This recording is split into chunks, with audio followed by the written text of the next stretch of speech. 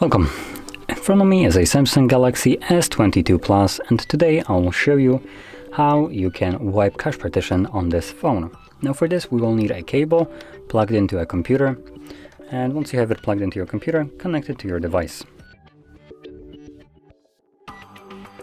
So from here we're gonna turn off our device, so let's pull down our notifications, expand it and tap on the power button, select power off, and wait for the phone to turn off. Now you can start to hold the power and volume up right away, and if you hold it a little bit too early, nothing will happen. If you hold it too late, you'll get, I'll just actually let it show up. So I did hold it too early and nothing happened, and when I let go, this will show up. So right now we need to wait for this to actually kind of like disappear. It's going to show us our battery percentage, it's going to gray out as you just seen, and from here we can hold our power and volume up.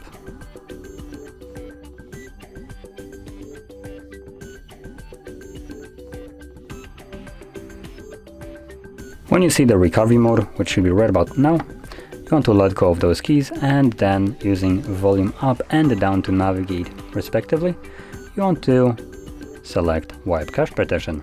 Confirm it with power key. Let's select yes. This will give us a message cache wipe complete at the bottom, at which point reboot system now will be selected by default, so let's press power key once again, and this will initiate a reboot and take us back to Android.